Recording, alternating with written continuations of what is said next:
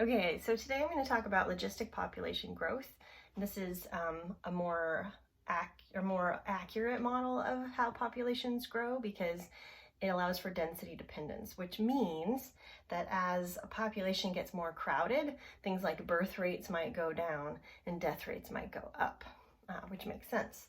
So these kinds of models allow for resources to limit growth and reproduction.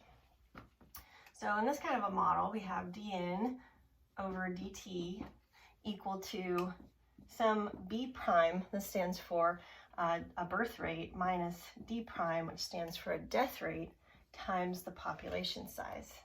Now, with increased crowding in a population, birth rates will decrease, right?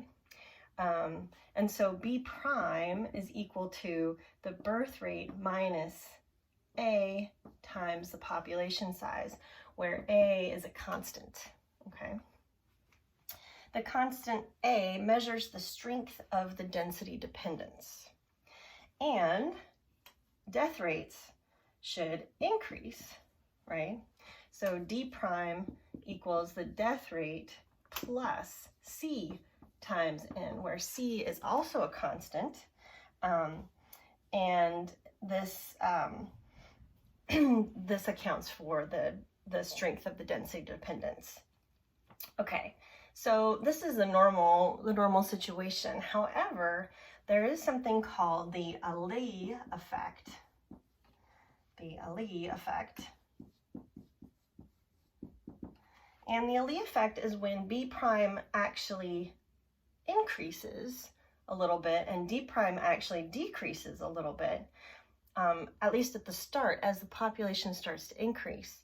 And the reason for that is that as population size increases at the outset, some organisms are able to hunt and care for their young better in groups. And so there's this kind of like, almost like a crowdsourcing effect, like a childcare system, right? And that only happens at very small population sizes, but it can kind of provide cause a little bubble in our model, right? So the Ecology effect is when b prime actually goes up or d prime actually goes down